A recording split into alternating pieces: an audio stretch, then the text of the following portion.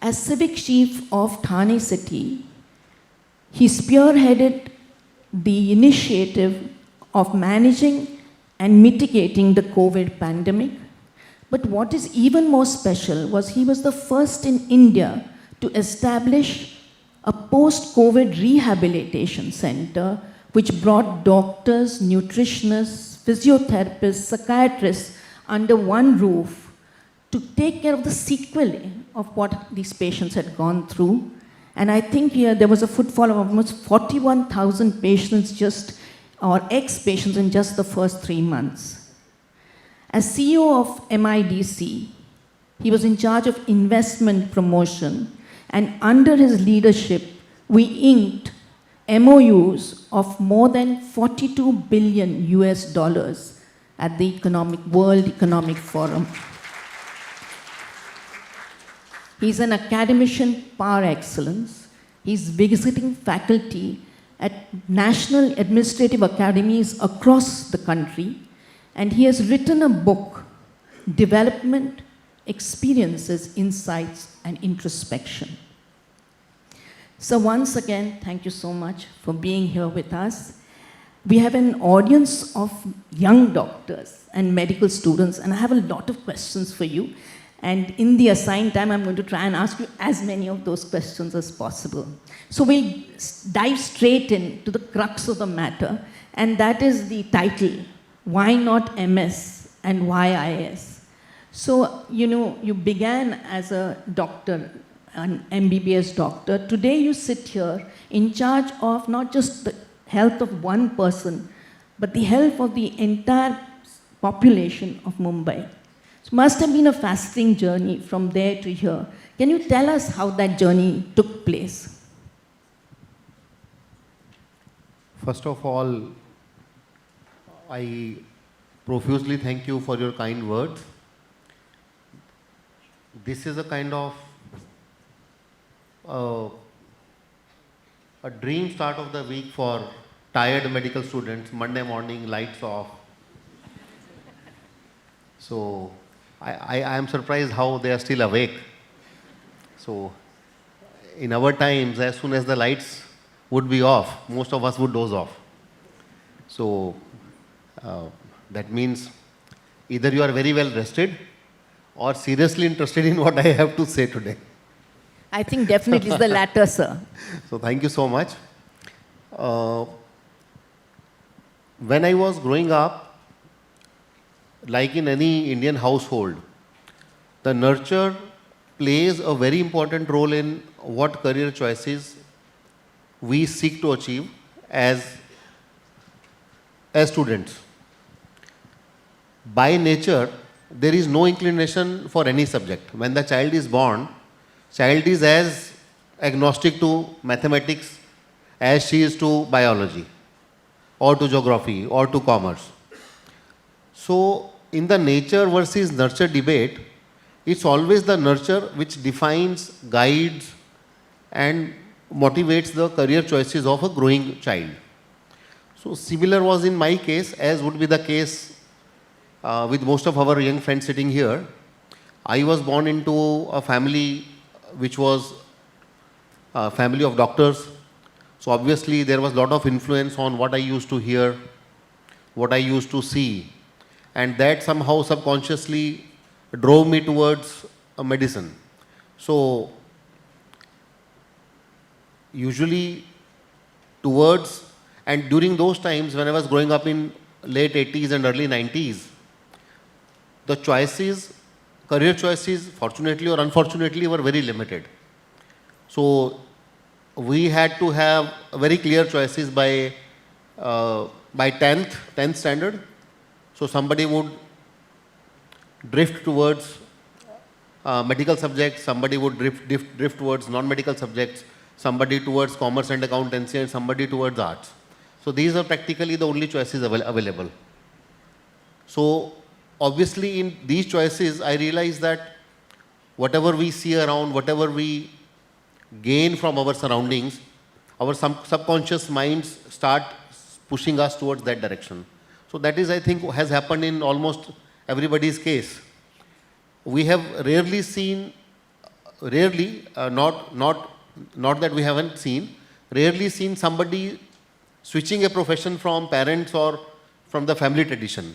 Now this is happening because there are a lot of choices available. During 90s, 80s, while I was growing up, not much choices were available. So that is how gradually I was very sure that I have to become a doctor, not knowing what it entails. Only thing was that I want to become a doctor. How to become? Then if you want to become a doctor, then what do? Then you go for medical subjects in class 11th. Okay, fine. Then what do? You appear for pre-medical tests. Okay, fine.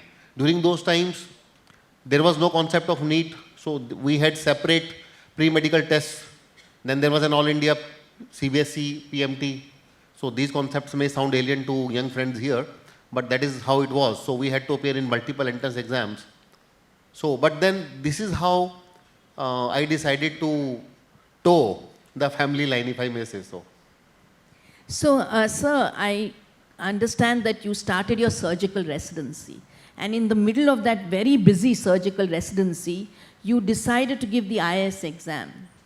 And how did you, so it was a conscious decision at that time. So how did you at that crossroads decide that, to not toe the line and to create your own path? So for this, the entire credit has to go to my father. He being a surgeon himself, he never forced me to become a doctor. In fact, he used to ask me that why don't you try going for maths? So I always told him that no, I want to become a doctor, so I will not study mathematics after 10th. These days, I see young students carrying both subjects, maths and biology, till I don't know what level. I have seen them carrying both subjects till their graduation, post-graduation, but during those times, it was very taxing. One of them was enough, at least for me. So I decided to drop maths. I remember usually like you have called me today here, so during the various conferences, various programs in our school, IMA get-togethers, usually they would call the local administrators. So then I remember my father telling me that while he was appearing for his graduation for MBBS, he told me that I never knew that there was a system of government service like this. Otherwise, if somebody had guided me that time, maybe I could have tried. So that was his 71 batch of MBBS. So obviously, the information we have right now was not available during those times. So that somehow had clicked somewhere in my mind. Then I gradually decided to take active interest. And how do you take active interest while growing up? In a city, you keep track of what is happening through local newspaper. So any administration guy moving here and there makes a news. For example, I distinctly remember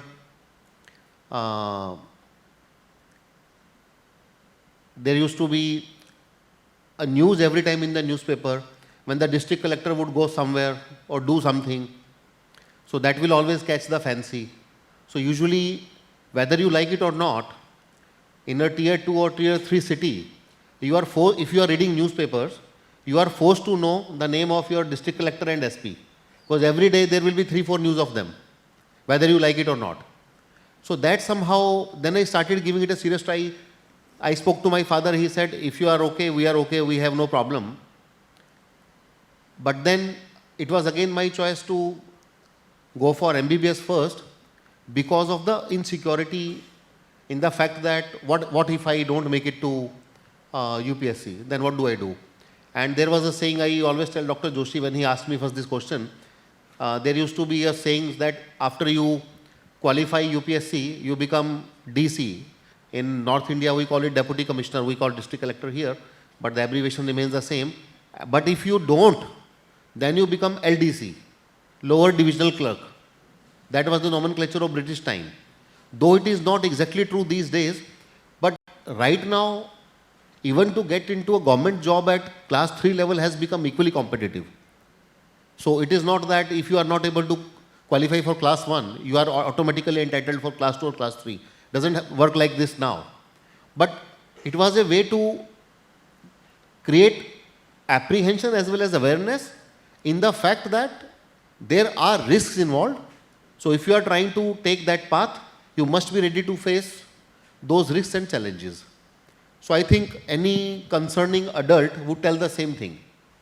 That okay, fine, you are going to appear for UPSC, but what is going to be your graduation stream? Because if you are not able to do something in UPSC, what is the option to fall back upon?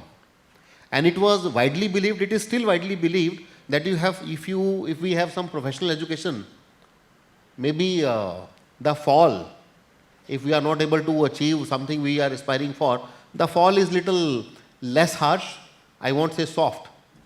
Landing is little soft, if not that harsh. And we can definitely try to take up further education in the field of graduation. So that was how these things got intertwined and interlinked. Wonderful, sir. And I think one take-home message here is that it's a privilege to have parents who give you the freedom of choice. So you mentioned that, now there are many choices. And there are a lot of medical students now who dream of diversifying into, entrepreneurs or CEOs or administrators. Can you actually give us, guide them as to a roadmap as what they should do to make that switch? Point number 1, 2, like that. This is a question which many of our friends face these days.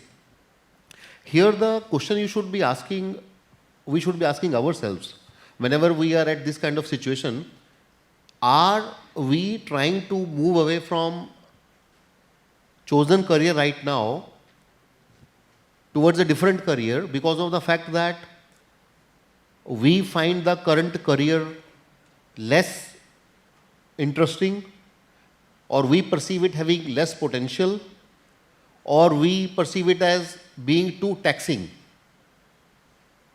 So here the difference in these kind of thoughts will decide or should decide whether one should go for something different.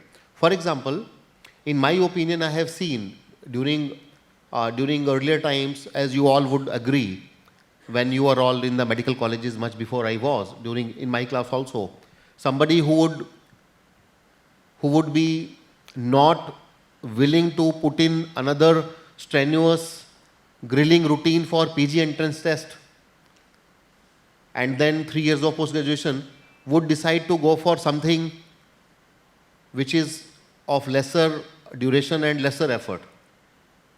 Justification could be anything. For example, I remember somebody telling me that by the time you complete your post-graduation, I would have completed my MBA. How? It is 2 years. Post-graduation is 3 years. And then by the time you complete your super specialization, I would be senior manager in some company drawing what? During those times the packages were 25 lakhs per month was very good package. So these kind of justifications are usually offered, but point is that if we are not inclined to accept the fact that this is not a shortcut to achieve something else in life, then it is fine. If you are genuinely interested, then it is fine. There is no hard and fast rule that if you are a medical graduate, you should continue in medicine even if you feel this is not your calling, this is not your passion, you are not ready to work hard to achieve happiness here, then it is no point. Spending whole day in an institute like this, dealing with the patients, coming back home and not feeling happy at the end of the day, that kind of defeats the purpose. So then we started telling everybody tells, where parents are telling their children, do something you really like. Don't do something because others are doing so. Don't do something because we are telling you to do so. And not absolutely because somebody else is doing great in that field, so you will also do great. So it has to be individual calling. Now with the career choices, this option has become wide open. Earlier the choice was very simple. Are you inclined to study mathematics for 2 years? No. Are you happy to study biology? Yes. Or either way. No, no more biology for me, enough. I am very good with maths. Are you happy with commerce and accountancy? Yes. Neither, no sciences. So choice was simple.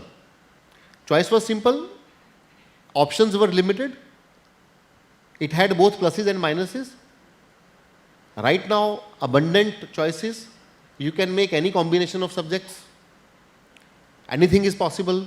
All options remain open till the last time, till somebody decides this is my calling. So in these situations, but if we are not true to ourselves, we are not true to the subject or stream we want to study, or to the career which we want to pursue, then finally at the end of the day, we will not be happy in whatever we do. So this is a call everybody has to take. Why should I feel like drifting from medicine towards any other career? Is it by compulsion or do I have a choice? If it is a compulsion, what is compelling me? If it is a choice, why should I choose something else?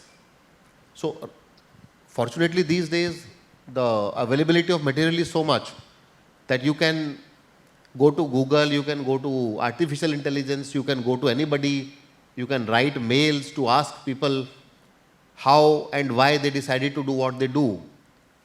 So it can be an informed choice today. It has to be an informed choice. So I understand that what you're saying is find a profession or job which makes you happy and that you look forward to a Monday in your job. So a little bit about, whenever we've interacted through our careers with IAS officers, we found that as a doctor, you have a very narrow focus of expertise and you deal with that through your life. But in your area of specialization, you have a very diverse. So, at one point you're managing rural development, at the other point you're managing, international finance. So you also have to have not only depth of knowledge, but breadth of knowledge. You have to be able to master concepts across fields as well as those nuances in a short period of time that you are managing that. So how do you actually manage that skill, that you quickly switch in terms of understanding the field and making policy decisions on that?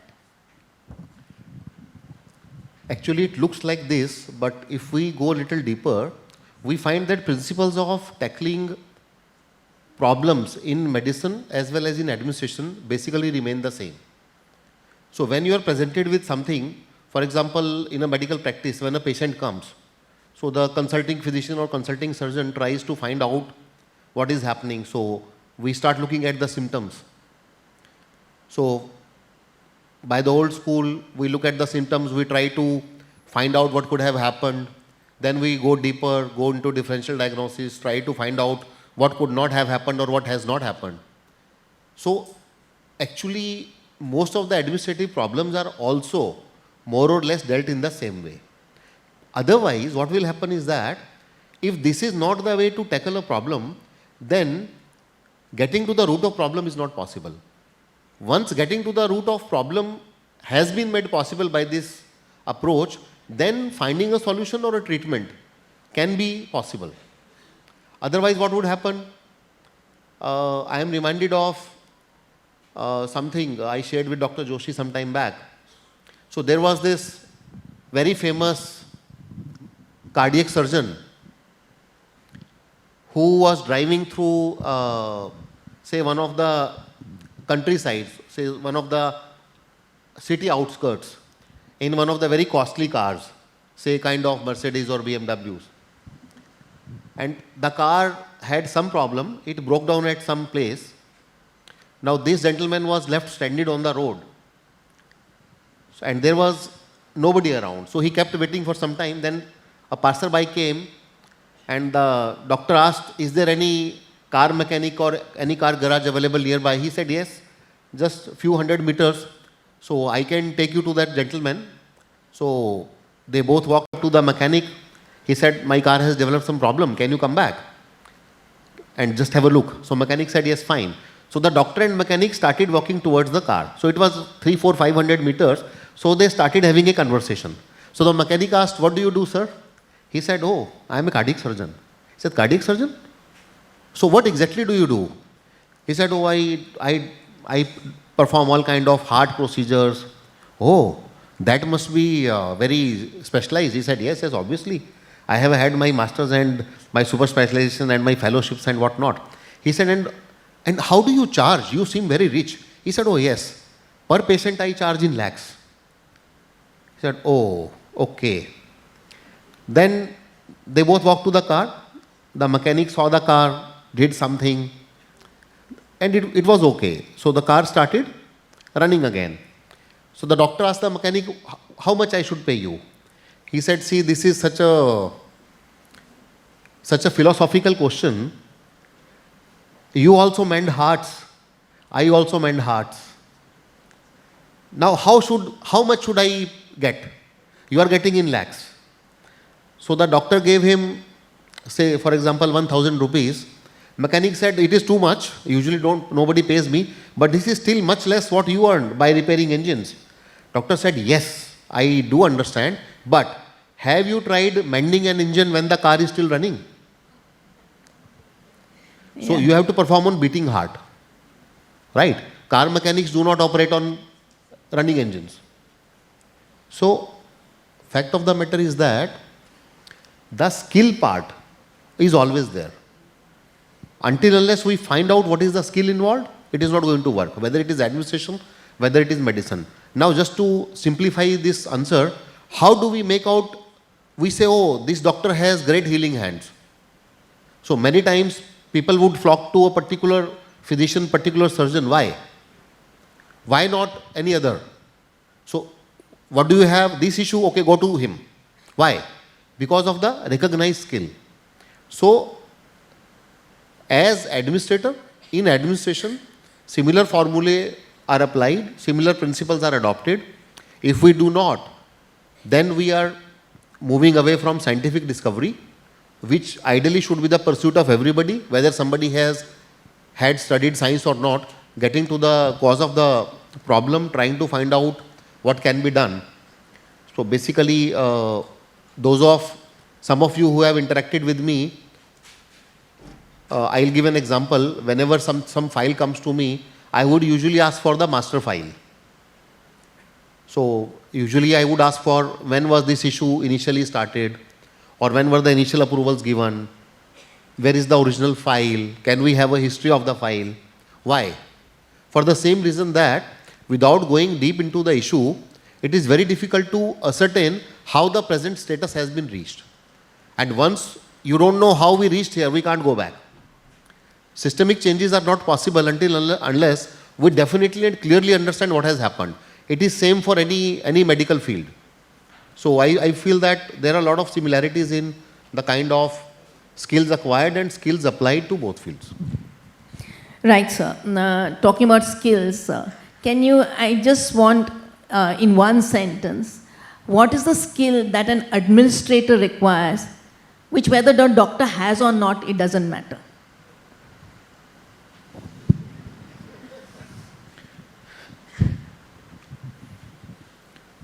I would say one skill which is essential to both professions as a baseline is empathy. Now, empathy may or may not have something to do with the treatment a doctor offers or an administrator offers, but empathy definitely guides both the doctors and administrators in making better choices. For example, when I was growing up, I shared with some young friends which had come to invite me that day for this program. When I was growing up, there used to be every hospital and clinic used to have a small board. It was kind of a public apology by a doctor. It was a prayer.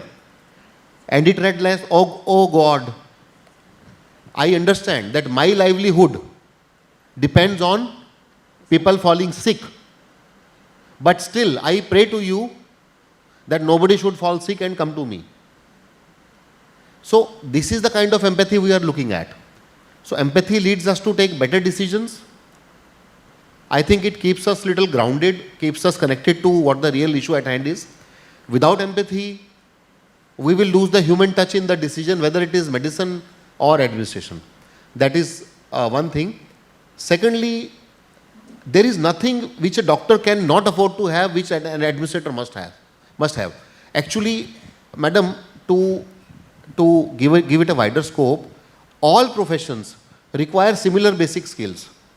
Anybody who is a manager somewhere, who is working in some company, who is working in any administrative setup, in a medical setup, anybody working in even a place like a bank. So the skill sets and the traits required to perform what we are supposed to do has to be the same essentially. Otherwise, there will be some lack of either the human touch in the decisions, or it becomes very mechanical. Then what is the difference between a human being taking a decision or a computer taking a decision? So essentially, I won't say there is anything. And yes, also we have to be little aligned towards the final outcome of what we are going to achieve. So that also helps a lot in the decision making process. Thank you so much, sir, for bringing up that core issue, which is so important, especially for the young minds here, to understand the core is empathy and that everything else stems from there. Thank you so much, sir. It was very much needed that it comes from you. So, sir, now let's move to public health. And of course, there will be very diverse views and, multiple thought processes. There is a growing pessimism in the general public as well as in the medical professions about the state of the health system of our city today. There is obviously now a lot of debate about privatization and similar issues. So from the top view that you have, do you think our system is still robust, or is it gasping for breath on a ventilator? Those of us who have seen COVID in Mumbai, I think the answer is abundantly clear. System is very robust. In fact, public health systems are what is driving the general healthcare in a city like Mumbai, because when we talk of public healthcare, we have essentially two things in mind. One is access. Second is affordability. Now, any specialized setup which could be extremely good but not accessible to general public will have a very limited value. Same goes for affordability part. We have to come to the facts that we are largely a society comprised of middle class, both upper and lower middle class, and lower class strata. Now, to cater to this population, which forms the bulwark of our population, it is essential to have a healthcare system which provides both access and affordability. Now, that doesn't mean that if we have access and affordability on one side, then we can neglect the quality on the other side. Because if we can provide, say, 1,000 beds at a low cost to everybody, but then the outcome of the patients is not so good, that will not serve the purpose. So access and affordability on one side and quality of treatment on the other side. Now here could be the issues because of the unique challenges we face as a country, as a state, Mumbai as a city, and Indian society as a society. Also, we have to bear in mind that Mumbai is not only the financial capital of a country, it is also catering to patients from all over the country and abroad. It is catering to the requirements, employment requirements of population, not only from the city and state, but also from entire country. So definitely there is a strain and stress on the public health fabric. So there is no denying the fact, and this creates unique challenge for us to deliver a healthcare which is accessible, affordable, as well as qualitative. Now the role of major hospitals like where we are sitting today becomes important. All our major hospitals, our peripheral hospitals, including other government hospitals, people have a lot of faith. People come with lot of expectations and hope. And all of us would agree that most of the times we are able to deliver what we want to deliver in terms of healthcare. Now that doesn't mean that there is nothing to learn from private sector. We have to always keep our learning curve going high. For example, what we are trying to learn from private sector? We are trying to learn to reduce paperwork. We are trying to learn to have little more flexibility in the system. We are trying to include technology-based interventions like hospital MIS. So these things are what we are trying to take away from the private sector. So it is always an accessible, affordable and quality providing public healthcare system which is trying to tune itself to the changing needs of the day, which will deliver. Neither public sector alone nor private sector alone. But we are, because part of the public system, so I am speaking more on the public health side rather than private side of this. We have been trying to create new facilities, trying to provide new services. Wherever we feel that private sector can chip in, we are trying to involve private sector. For example, in running the CT MRI centers, or say in running the specialized healthcare services in few of the hospitals. So I think that is the model which has been time tested, which has delivered, which will deliver, but we will need to adapt to what is coming for us. So we will have to keep our eyes and ears open and keep attuning to the new technology. Yes, sir, that's you've elucidated very well. But there is to go on that. How are we going to? One of the things we have been very proud of, I think many of us have traveled or worked abroad as all, and we have always been very proud about our system is that a patient who has no influence can walk off the street, and if he is very serious, he can see a specialist on the same day, which is not available either in United Kingdom or in the US. So we have always been proud of that. Our thing is that how are we guarding when we have a public-private enterprise? How are we going to be able to guard against the pitfall that there will be always more focus or more prioritization towards private patients as compared to a person who is poor and cannot afford that private fee? So how are we going to guard against that? How are we going to protect the interests of our public in a public-private enterprise? See, basically, it is like coexistence of both public and private sectors. I would never have a look at this issue as an exclusive issue. We should not be taking sides of either, because that is not going to be sustainable in the long run. What is going to be sustainable in the long run is we have to identify and understand that private sector, whether in healthcare or in any other sector, is an important part of economy. It's an important part of any setting. Could be infrastructure, could be transport, could be hospitality, could be service industry. So it's basically creating choices.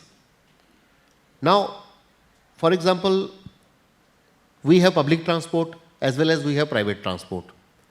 So the choice of what kind of transport we choose, if we have choice of both, then it is an easy question. But somebody who cannot afford private transport is only dependent on public transport, then there is no choice.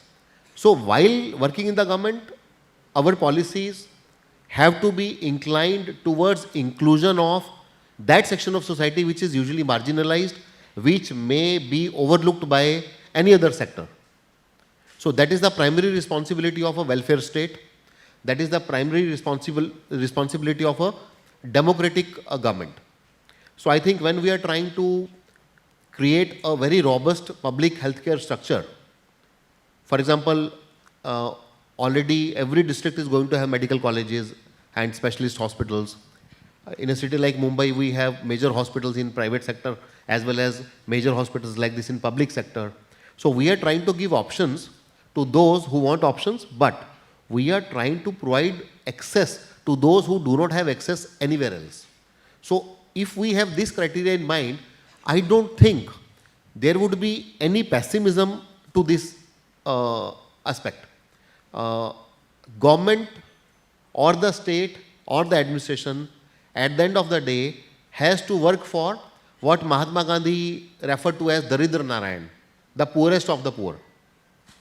So whenever we have any policies, any infrastructure demands or any creation of policies or infrastructure, so the center point of our policies has to be what we call the last mile beneficiary or the last beneficiary or the last person in the row, or what Mahatma Gandhi referred to as Daridra Narayan. So that is how we have to have a look. So coming from you, sir, it's reassuring to know that the government still is primarily focused on the interests of the lowest common denominator.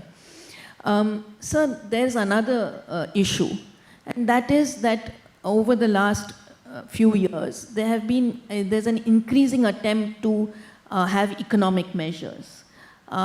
We have, stopped having permanent appointments, which has caused a lot of heartburn, at various levels.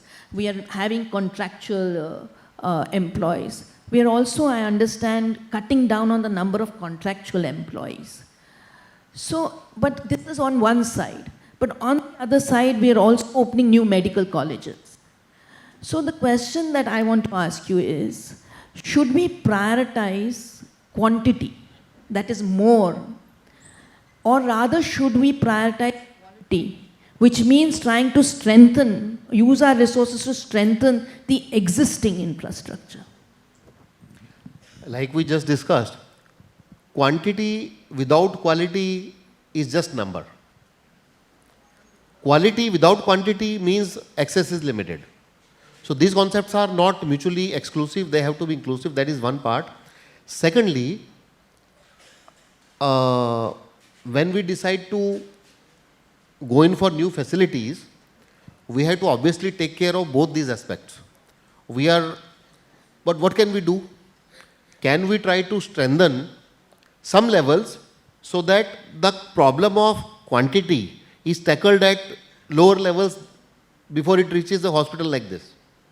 So basically, like we always say, preventive care and primary care in health is something, if we try to strengthen that, if we actually focus on that, then the numbers ending up in tertiary care hospitals obviously will be reduced, leaving more room for a quality healthcare, not struggling so much with numbers. That is one approach to this. But yes, having said that, in a country like India, where we have we have a society which is growing, we have an economy which is growing, we are slated to become world's third largest economy by 2030, we cannot afford to neglect either quality or quantity. This is for a fact. Right, sir. Thank you so much, sir.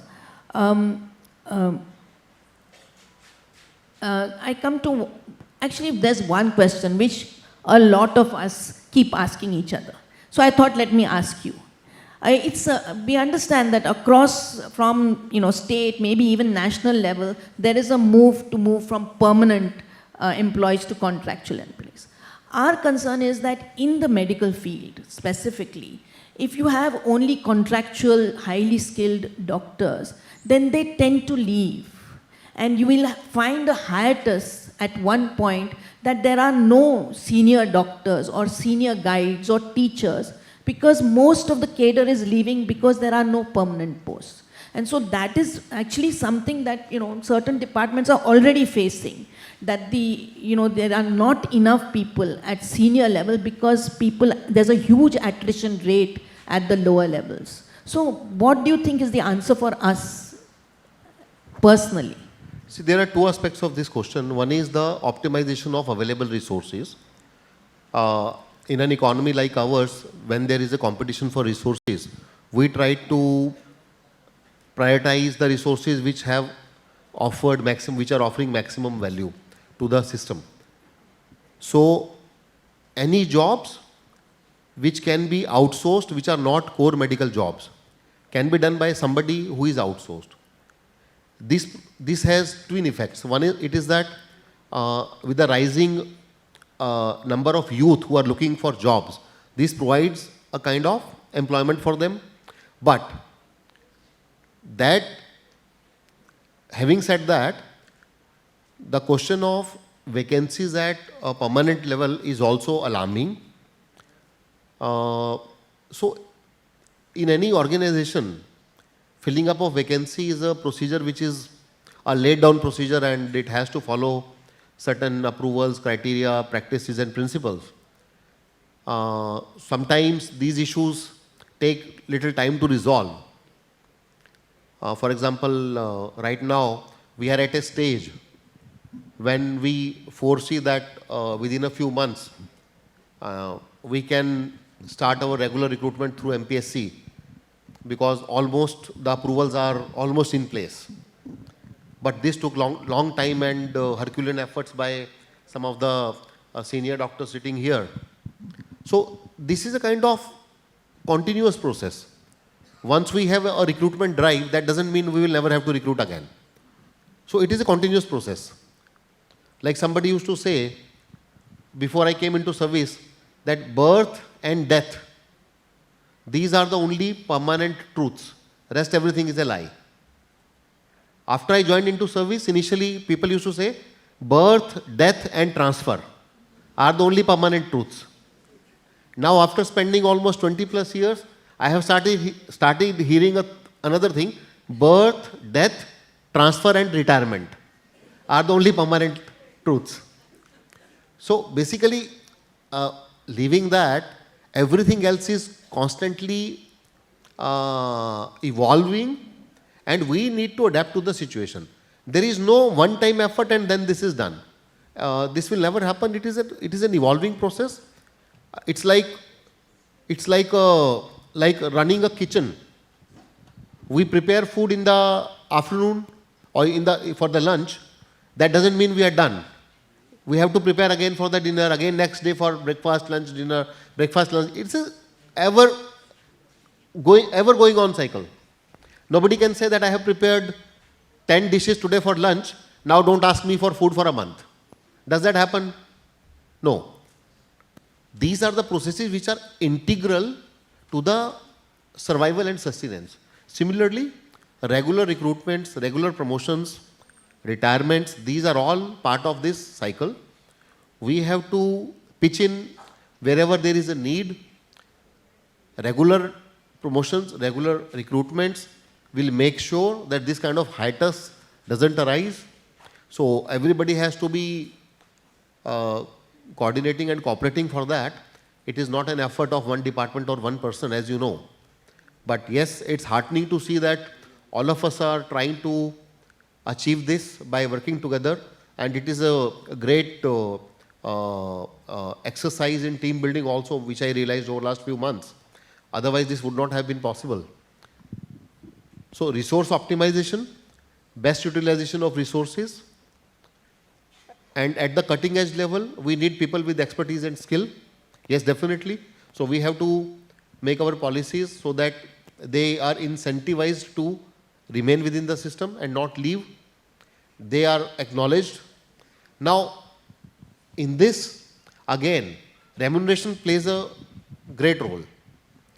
Now, if you all senior doctors sitting here, if you compare yourselves with your colleagues who are working in private sector, so the salaries are no match. But that is how the system is. I remember when I had my first election duty, I was additional assistant returning officer for Lok Sabha. So then there was a gentleman who was telling us about Mandhan. Like there was a hall, somebody said, Mandhan far tut punja hai. It's very meager Mandhan. Then the gentleman replied, That is why it is man dhan. Man motha, dhan chota. Dhan man asta dar vega. It is man dhan because it has lot of man and very less dhan. So government service still is considered a very noble and a profession which is held very highly by public. So that is why across the sectors, we have to understand that recognition and acknowledgement of being in government service is something which has no match in private sector. So basically, we have to find some comfort in some factor which keeps us bound to the service or to the institution. Otherwise, again the same thing. What is the limit? So the friends who are looking to go to private sector, suppose you go to some private sector after doing something else. Then what? What is the limit? Are you happy with your CTC at one level? No. Then there are people like, I was reading yesterday, so Meta has offered a young man, very young, in 20s, 2128 crore rupees for his technology. 2128 crores. So where is the limit? So point of the matter is that it's not about the numbers, it's about feeling happy in what you are doing, irrespective of what you feel could be a fair compensation for what you are doing. So this never can be a question of getting a fair compensation. Yes, we assume that we are in that level of hierarchy needs by Maslow where we have moved to the upper levels. So that is how I think we have to think and go ahead. Sir, one more question before I wanted to touch on AI, but before that, one question. And that is that I think as you grow senior, sometimes one tends to lose connection with the grassroots. And very often we say that the map is not the territory. So, sometimes a policy decision is made or a scheme is implemented which looks very good on paper, but in implementation does not succeed, or sometimes is even a disaster. And very often the people at the ground level say, the Raja doesn't know what the Praja is going through. So how does someone in your position keep in touch with ground realities? For example, in your field at the moment, how would you keep in touch with the ground realities in the hospitals that you're governing, sir? See here, policy making as a discipline and as a practice has undergone a lot of change. Fortunately, the Raja Praja times are over. We are in democracy. In democracy, we used to have a top-down level approach to policy making. Some of the friends here who still remember some part of community medicine, they would relate to it. There are two approaches to policy making. One is top-down, one is bottom-up. So what essentially you are asking is whether we are considering what is bottom-up. We are asking the cutting-edge level or the grassroots level. What actually is the need, whatever policy is being framed, how is it going to benefit that level? So that is called bottoms-up approach. For example, in Gram Sabhas, in villages, there is something called Participatory Rural Appraisal Exercise, PRA. So every year, before the Gram Sabha, the annual Gram Sabha which defines the village development plan, there is PRA exercise conducted. So again, when I was doing my MBBS, and we were sent for 3 months of community medicine training in internship, we were compulsorily supposed to attend these PR exercises in the villages. I don't know what is the situation now, but that essentially meant that few of us will sit here and we will decide what does this institute need. One example, we are having lot of redevelopment going on in for our major hospitals. So now when the plan comes, the vendor gives the plan, municipal architect gives the opinion, the department prepares that plan accordingly. Why do we send it to the dean? Why do we say get the approval of user department? Because who knows the best? The person who is here. So we are already adopted in the government and in administration, we have already adopted an approach wherein we have started taking the opinion of stakeholders into consideration. Because we do realize, everybody realizes that without the stakeholder being taken into confidence, without understanding the aspirations of the stakeholder, the expectations and the needs, it is not possible to give a remedy. Policy is an evolutionary process. All policies, even if they are framed based on bottom-up approach, based on participation of every stakeholder consultation, even seeking public opinion, even after the successful pilot, there is a distinct policy, a distinct probability that some policies may not work. That is why policy these days is always seen as a living, what I should say, a document or a living ingredient of the administration, which has to have room for tweakings, changings, overhauls, modifications. So there is nothing sacrosanct in the policy until unless it starts delivering what it is meant to deliver. Till then it is amenable to change, and that is how, till we achieve that kind of satisfaction, if not perfection, we should be open to criticism, we should be open to opinions, we should be open to change. Sir, you explained that wonderfully, and thank you for giving us that insight, because sometimes at our level we don't have this insight about what the administration is thinking. One short question, and then I'm going to talk about AI. You know, we are in the middle of monsoon, and there's so much of surge of monsoon-related disease. What it is doing is it's creating a lot of strain on the existing infrastructure in terms of treatment of the existing disease. Is there any plan in the government to create some sort of a, subsidiary or something, a permanent solution separate from the existing thing for this recurring problem? Creating separate department means creating silos within silos. Right now, until unless we have all three, the Director of Medical Education, Chief Medical Superintendent and EHO together, it is so difficult to achieve or reach something which is acceptable to all. Creating another level will create one more silo. So a better way would be to strengthen what we already have in terms of primary healthcare and preventive healthcare, because most of the monsoon related diseases, we understand these are more amenable to public awareness, primary healthcare and preventive healthcare. So unfortunately that is the aspect which has somehow taken a back seat these days, and we are focusing more and more on secondary and tertiary healthcare. If our primary healthcare actually starts delivering preventive and primary healthcare, including awareness, I think it will be the best use of primary healthcare setup.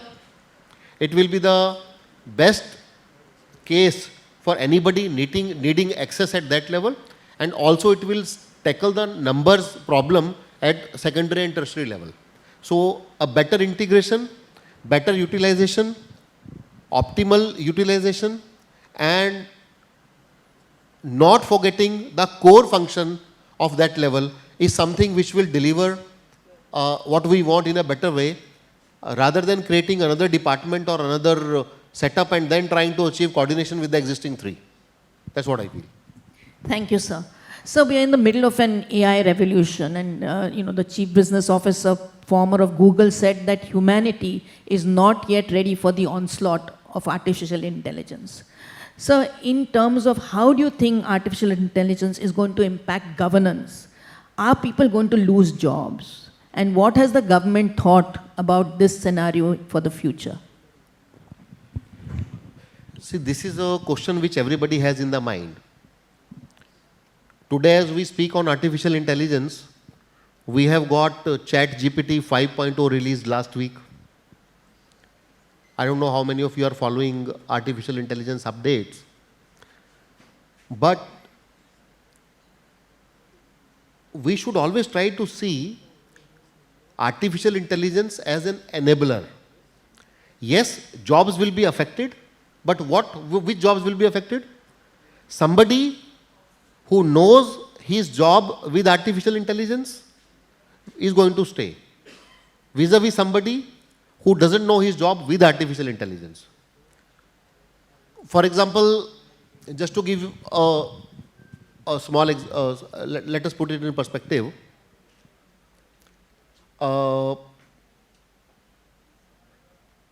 In earlier times, when there used to be a knee replacement operation, so the orthopedic surgeons who have been operating since last 30-40 years, they would relate, the basic skill of the orthopedic surgeon was to select the size of implants from possible tray of 64 or 72 or 84 pieces.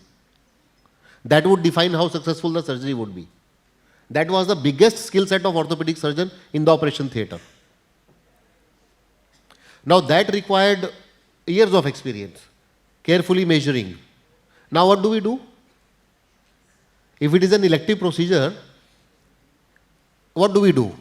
We simply go get a scan done, send it to somebody in Germany, and voila, the implant is back after, say, 3 months.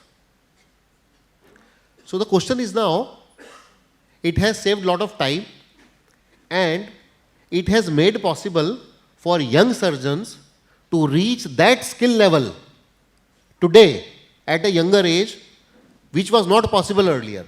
Because earlier, to have that kind of judgment, you should have done at least, say, 200 surgeries.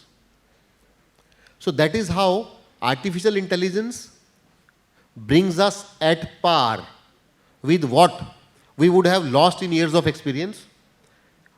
That means that it is a tool to give us more time, more energy to learn something new, to hone our skills more.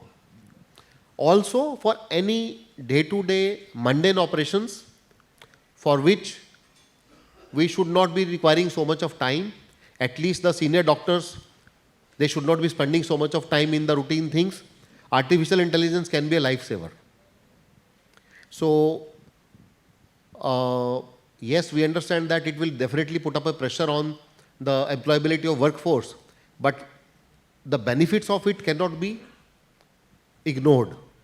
So I think these things are here to stay. When there was no mobile communication revolution, when the mobiles came, the .com age came, so basically everybody thought what will happen. So then we gradually shifted to the computer-based jobs.